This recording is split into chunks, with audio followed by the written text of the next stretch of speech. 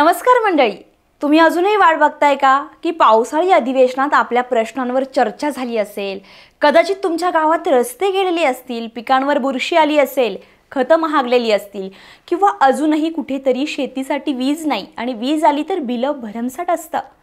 पण सरकारने तुमचं काही ऐकलं का? पावसाळी अधिवेशन पार पडलं, चर्चा झाली, मोठमोठ्या बातम्या आल्या, पण मुद्द्यांवर नाही झाल्या चर्चा। त्या झाल्या त्या कसल्या कारणावरून हो? कधी संजय गायकवाड कॅन्टीन मधल्या भाजीवरून लुंगी बनियान घालून भिडले, कधी शिरसाट राडा घालताना दिसले, कधी आव्हाड आणि पडळकर यांनी सभागृहातच हाणामारी शिवीगाळ करत फ्रीस्टाईल कुस्ती केली, कधी हनी ट्रॅपच्या रूपांनी सभागृहातच राजकीय घमासान पेटलं। आणि आता नवीन एंटरटेन म्हणजे ऑनलाईन रमीवाले कृषी मंत्री माणिकराव कोकाटे, म्हणजे शेतकरी ICU मध्ये आणि मंत्री मोबाईलवर रमीमध्ये। आणि हे सगळं घडतंय पावसाळी अधिवेशनाच्या विधानसभेत, हे तिथं जिथं तुमचं आमचं भविष्य ठरतं। नमस्कार, मी अश्विनी पुरी आणि तुम्ही पाहताय द अश्विनी स्पीक। इथे आपण फक्त बातम्या ऐकणार नाही, तर त्या बातम्यांच्या मागचं सत्य, सिस्टीमचं फोलपण आणि आपलं दुर्लक्षित भविष्य हे सगळं उघडं पाडणार आहोत। तर सुरू करूया आजचं विश्लेषण। पावसाळी अधिवेशनातलं कोकाटे रमी प्रकरण आणि महाराष्ट्रातल्या शेतकऱ्यांचं खऱ्या अर्थानं रडगाणं मी तुम्हाला दाखवणार आहे। पावसाळी अधिवेशन 2025 बिग बॉस महाराष्ट्र एडिशन। हो, नाव थोडं विनोदी आहे, पण ज्यांच्याकडे जबाबदारी आहे तेच इतकं विनोदी वागत असतील तर जनतेनं तरी गांभीर्यता का ठेवावी। तर सुरुवातीला पहा हा व्हिडिओ। अध्यक्ष महोदय, अलीकडच्या काळामध्ये देशाचे पंतप्रधान नरेंद्र मोदी साहेबांनी दिले आणि काही हजार कोटी त्याच्यामध्ये मिळवले। आपल्यालाही त्याच्यामध्ये 9,000 कोटी रुपये बिनव्याजी 50 गाडीच्या खाली गेलेले असल्याचं आपल्याला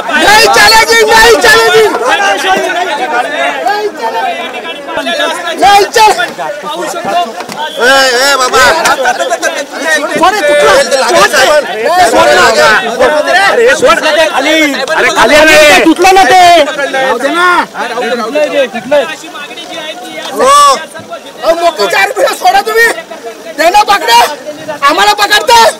जितेंद्र आव्हाड या ठिकाणी गाडीच्या खाली असल्याचं आपल्याला पाहायला मिळतं। संपूर्ण आंदोलन जे आहे अतिशय उग्र स्वरूपात आमदार जितेंद्र आव्हाड साहेब लागेल असं करू नका साहेब, लागेल तुम्हाला।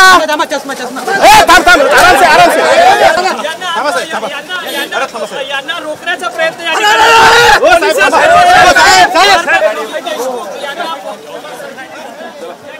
घेऊन जाताना पाहायला मिळतात। जितेंद्र आव्हाड यांच्यासोबत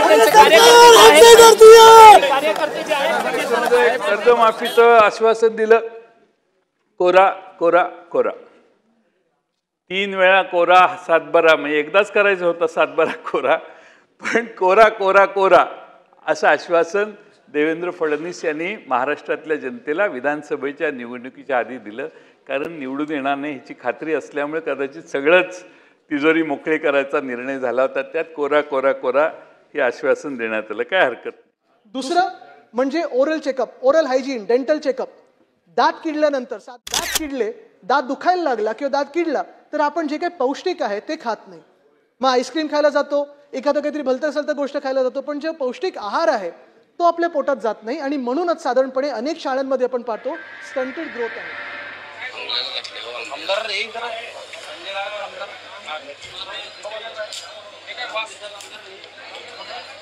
आमदार साहेबांना आम्ही तर काय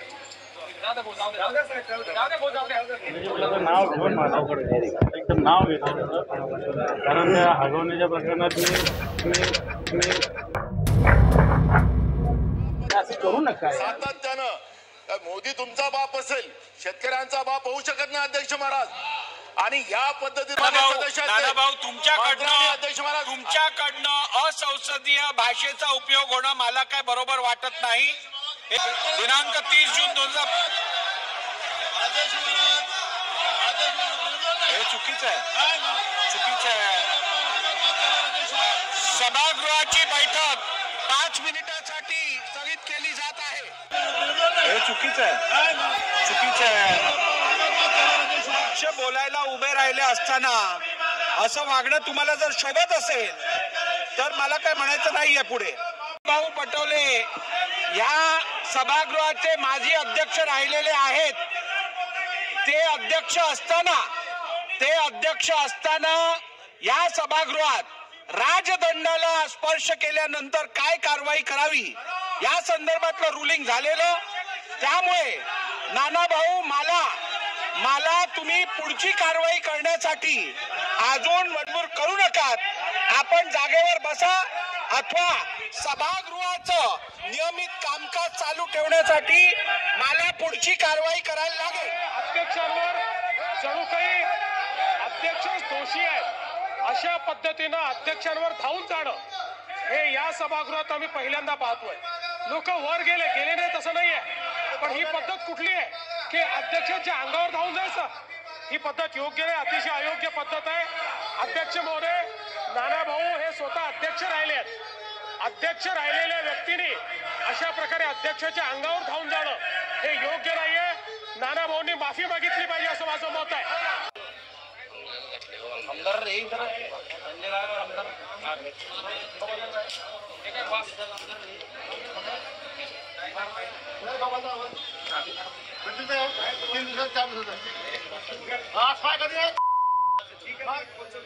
आमदार खाऊ घालतो लोक काय बोलशील का बोलो. ठीक आहे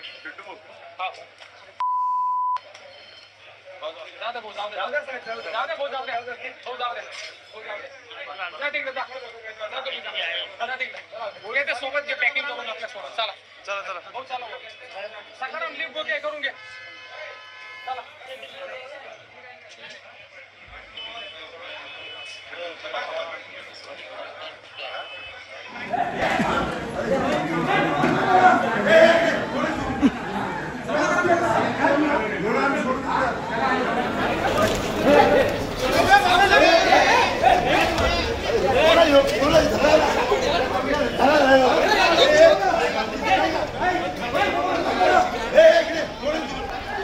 जमा करा पास. मी घेतलंच ना सगळं. आणि आता हा नवीन व्हिडिओ देखील पहा. मिटवला ज्यांनी फुलवला ज्यांनी दिलदार आपल्या नेत्याचं नाव माणिकराव म्हणतात ज्यांना भन्नाट ह्यांचा दमदार आपल्या नेत्याचं नाव माणिकराव. हा व्हिडिओ एका सामान्य प्रेक्षकाच्या मोबाईलमध्ये कैद झाला नसता तर आजवर आपल्याला असंच वाटत राहिलं असतं की मंत्रिमंडळातील प्रत्येक डोकं हे शेतकऱ्यांच्या आणि सर्वसामान्य नागरिकांच्या हितासाठी झिजतंय. पण हे दृश्य तर थेट आपल्या लोकशाहीच्या काळजाला सुरी घालणारं आहे. महाराष्ट्राचे कृषी मंत्री माणिकराव कोकाटे शेतकऱ्यांचे कैवारी म्हणवणारे विधान परिषदेमध्ये सभागृह सुरू असताना मोबाईलवर रमी दुनिया बनवताना कैद झाले. आणि याचा व्हिडिओ रोहित पवार यांनी सोशल मीडियावर टाकून थेट सवाल केलाय. शेतकरी रोज आत्महत्या करतो आणि कृषी मंत्री मात्र सभागृहात रमी खेळताय. कभी गरीब किसानों की खेती पर भी आओ ना महाराज ही आर्त हाक ऐकू येईल का? मात्र यावर कोकाटेंनी खुलासा दिला. मी विधान परिषदेमध्ये कामकाजासाठी बसलेलो होतो तेव्हा सभागृह काही काळासाठी तहकूब झालं असावं म्हणून मी विधानसभेमध्ये काही कामकाज सुरू आहे हे पाहण्यासाठी यूट्यूबवर गेलो. यूट्यूबवर व्हिडिओ सुरू केल्यानंतर जाहिराती येत असतात आणि त्याप्रमाणे त्यावेळी सदर जाहिरात आली. मी जाहिरात स्किप करून पुढे गेलो. पण तुम्हाला व्हिडिओमध्ये बघितल्यावर काय दिसतंय हो? स्क्रीनवर पत्त्यांच्या आकृत्या, एका बाजूला ताशी, दुसऱ्या बाजूला ताशांचा नंबर सेट करताय, एक्का दुर्री तिर्री, म्हणजे हा रमी गेम निघालाय. कुठलीही यूट्यूबवरची जाहिरात नाहीये. नेमकं सभागृहात तुमचं काम काय आहे? शेतकऱ्यांचे प्रश्न मांडणे, त्यासाठी धोरण ठरवणे, त्यांचं भलं करणं. पण इथे मंत्रिमंडळ म्हणजे मनोरंजन मंडळ झालंय. कुणी झोपी जातंय, कुणी तंबाखू खातोय, कुणी मोबाईल स्क्रोल करतोय आणि आता तर थेट गेम खेळतोय. एकीकडे पावसाच्या तडाख्यानं शेतकरी अक्षरशः मोडून पडलाय. शेतकऱ्यांच्या हातात उरली ती फक्त कर्जाची नोटीस आणि असंख्य प्रश्न. आपल्या कृषी मंत्र्यांच्या हातात मात्र रमीचा राऊंड. याआधी देखील अनेक राज्यांच्या सभागृहामध्ये असल्या नालायकपणाचं दर्शन झालं. कोणी पॉन, कोणी कार्टून बघताना दिसलं. त्यामुळे यावर काही राज्यांनी विधिमंडळामध्ये अधिवेशनामध्ये मोबाईलवर बंदी घातली. महाराष्ट्रात मात्र असं वाटतंय की लोकप्रतिनिधींना जबाबदारीची जाणीवच उरलेली दिसत नाहीये. ते वागतात जसं त्यांना कुठेही उत्तर द्यायचं नसेल, कारण त्यांना माहीत आहे सत्तेमध्ये सुसाट असताना जबाबदारी पायदळी तुडवायला हरकत नाहीये. मी यूट्यूबवर जाहिरात स्किप करत होतो असं म्हणणं म्हणजे खरं तर हातात पकडलेली बियरची बाटली दाखवून हे थंड पाणी आहे असं म्हणण्यासारखं आहे. कारण व्हिडिओमध्ये स्पष्टपणे दिसतंय कार्ड सेट होत आहे, ॲपवर फोकस आहे आणि त्या खेळावर टॅप केलं जात आहे. आणि या परिस्थितीत जर कृषी मंत्री खोटं बोलत असतील तर ते लोकप्रतिनिधी म्हणून का अपात्र ठरू नये, आणि जर खरं बोलत असतील तर त्यांचा मोबाईल फॉरेन्सिक तपासणीसाठी देऊन त्यांनी स्किप हे म्हणणं सिद्ध करावं. कारण कृषी मंत्री जेव्हा शेतकऱ्यांच्या आत्महत्येवर नाही तर मोबाईलवर लक्ष केंद्रित करतात तेव्हा फक्त एका व्यक्तीचा नाही तर संपूर्ण यंत्रणेचा, सरकारचा आणि लोकशाहीचा चेहरा उघड होतो. यंत्रणा कुठे बिघडते हे इथे स्पष्ट दिसतं. जेव्हा कुणी मंत्री शेतकऱ्यांच्या प्रश्नांवर भाष्य करणं सोडून रमी खेळतो तेव्हा हे स्पष्ट होतं की या सरकारच्या प्राधान्यक्रम यादीमध्ये शेती हा विषय कुठंच नाहीये. या घटनेमध्ये फक्त मंत्री कोकाटेच दोषी नाहीये, इथे दोष आहे त्या संपूर्ण व्यवस्थेचा.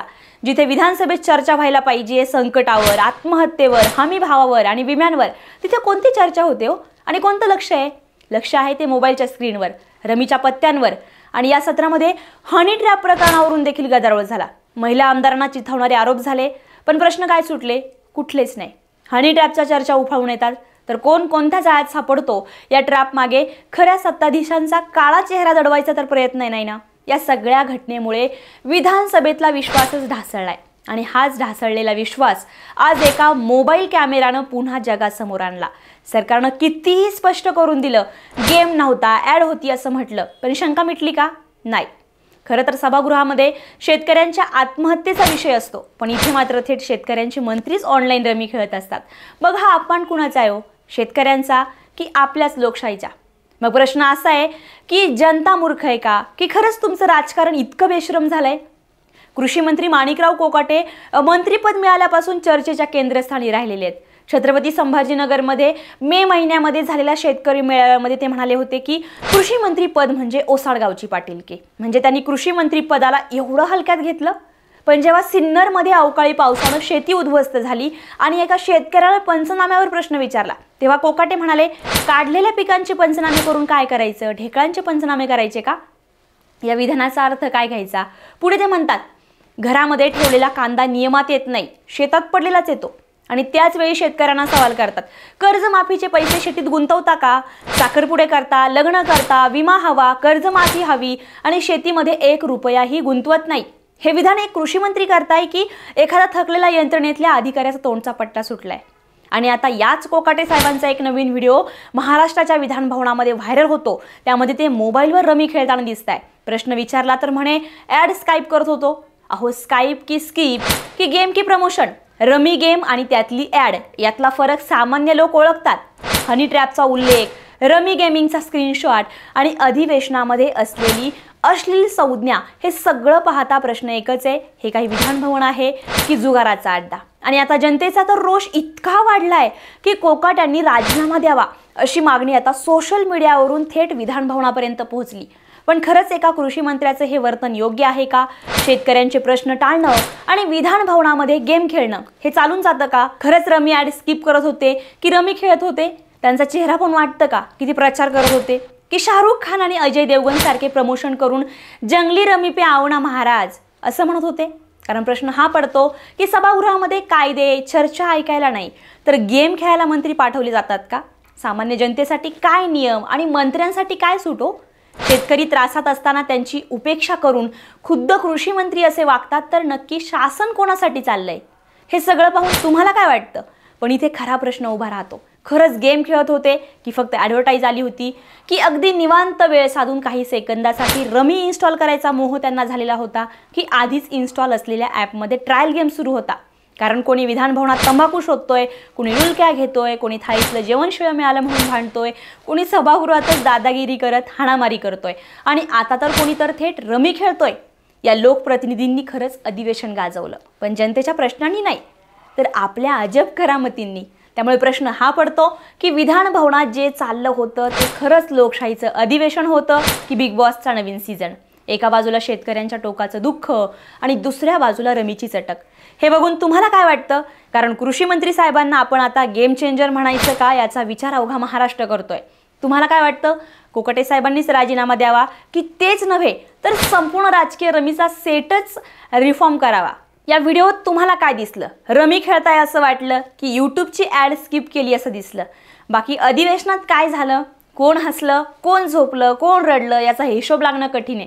पण एक गोष्ट मात्र नक्की, जंगली रमीची मोफत जाहिरात मात्र खूपच छान झाली.